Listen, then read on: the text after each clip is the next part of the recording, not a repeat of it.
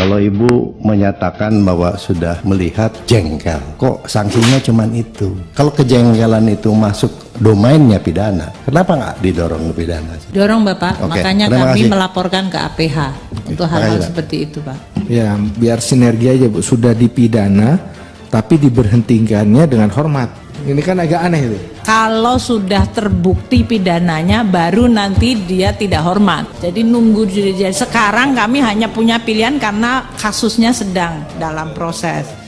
Gitu Pak. Ketenangan Menteri Keuangan Sri Mulyani hadapi DPR RI di tengah jajaran para anggota DPR Komisi 11 cukup mengagumkan.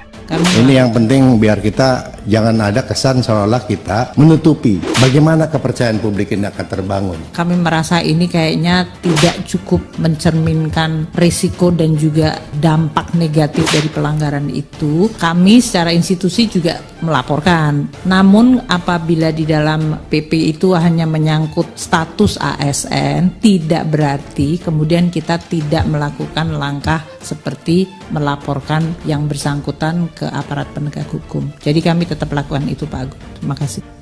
DPR mempertanyakan soal dokumen temuan TPPU senilai 349 triliun rupiah di Kemenko yang bocor dan diketahui publik. Apakah dibolehkan?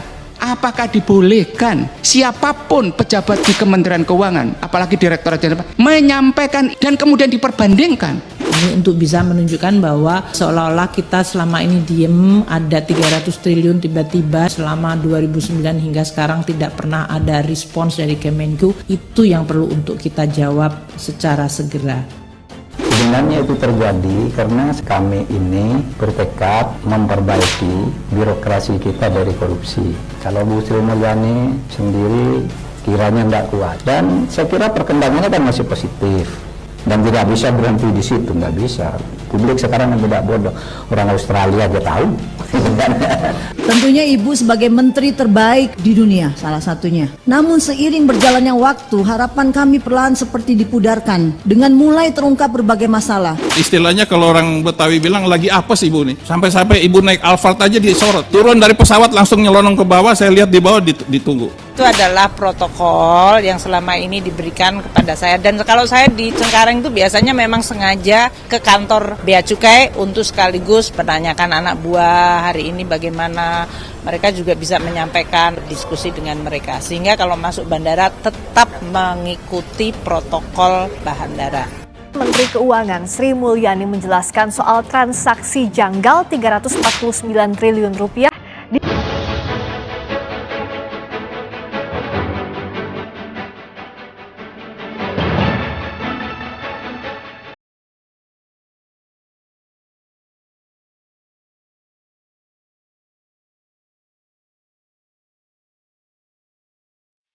Peristiwa kekejaman Mario Dandi ternyata punya dampak kemana-mana.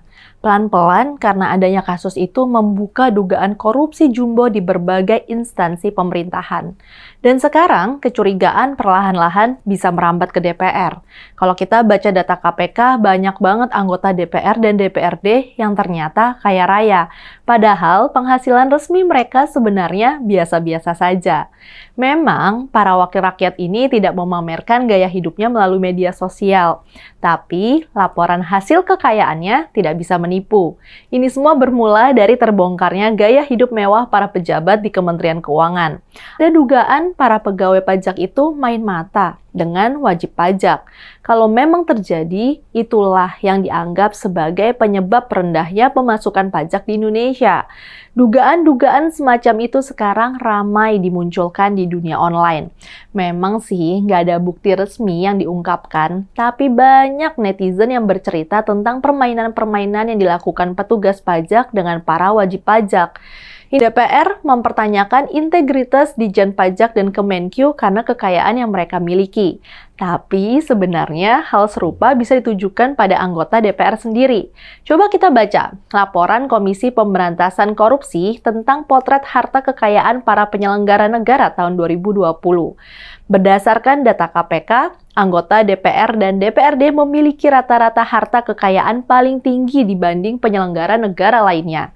Rata-rata harta kekayaan yang dimiliki anggota DPR mencapai 23 miliar rupiah.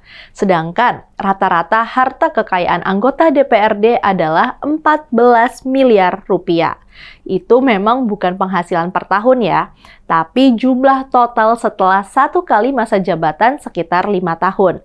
Dengan kata lain, diperkirakan penghasilan anggota DPR per tahun sekitar 4 miliar dan anggota DPRD hampir 3 miliar. Kekayaan Ibu Puan Maharani pasti sangat fantastis. Kekayaannya pada 31 Desember 2020 adalah sebesar 382 miliar rupiah. Ini merupakan peningkatan tajam dari kekayaan dia setahun sebelumnya. Pada Desember 2019, kekayaan yang dilaporkan adalah 364 miliar. Jadi, dalam 1 tahun terdapat peningkatan sekitar 18 miliar rupiah. Wakil Ketua DPR Sufmi Dasko Ahmad dari Partai Gerindra juga mengalami kenaikan tajam penghasilan dalam setahun. Pada Desember 2020, harta kekayaannya mencapai 76 miliar rupiah. Sementara setahun sebelumnya, harta yang dilaporkannya 45 miliar rupiah. Jadi, ada kenaikan 31 miliar dalam 1 tahun. Yang terbesar tentu saja Wakil Ketua DPR dari Partai Nasdem, Rahmat Gobel. Hartanya pada 31 Desember 2021 mencapai hampir 500 miliar rupiah. Ini merupakan peningkatan drastis jika dibandingkan saat dia menjabat di Kementerian Perdagangan periode 2014 sampai 2019. Harta Rahmat Gobel saat itu hanya sekitar 294 miliar rupiah. Jadi, ada peningkatan sekitar 206 miliar dalam 2 tahun. Terakhir adalah Muhaimin Iskandar, Wakil Ketua DPR dari PKB. Harta kekayaannya pada 2020 adalah 26 miliar rupiah. Sementara pada 2019 baru 14 miliar. Jadi ada peningkatan 12 miliar selama setahun. Pertanyaannya adalah, dari mana jumlah kekayaan fantastis itu diperoleh? Yang menarik sebenarnya gaji anggota DPR dan Ketua DPR itu sebenarnya relatif kecil. Menurut surat edaran Sekjen DPR RI, gaji pokok seorang anggota sekaligus Ketua DPR hanyalah 5 juta per bulan. Yang membuat akan meningkatkan penghasilannya menjadi besar adalah berbagai tunjangan dan biaya perjalanan dinas. Kalau di total, kira-kira penghasilan resmi seorang anggota DPR per bulan adalah 50 juta sampai 100 juta rupiah. Karena itu rasanya penting juga bertanya, bagaimana mungkin kemudian kekayaan rata-rata anggota DPR bisa mencapai 4 miliar per bulan? Kita memang nggak perlu buru-buru menuduh bahwa itu datang dari korupsi. Itu kan mungkin bisa aja datang dari bisnisnya, atau warisan keluarga, atau yang lainnya.